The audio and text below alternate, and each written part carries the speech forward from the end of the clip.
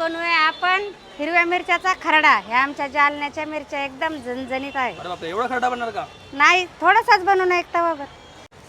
लसूण हो आपण जालन्याचंच का? हो, जालन्याचे. त्याच्यासाठी मीठ. मीठ. हो, मीठ तर लागणार. मीठ नाही जालन्याचं, मीठ कोण्या दुकानावर भेटतं. अच्छा. ह्या मिरच्या निवडलेल्या आहे आपण याच्यातल्या.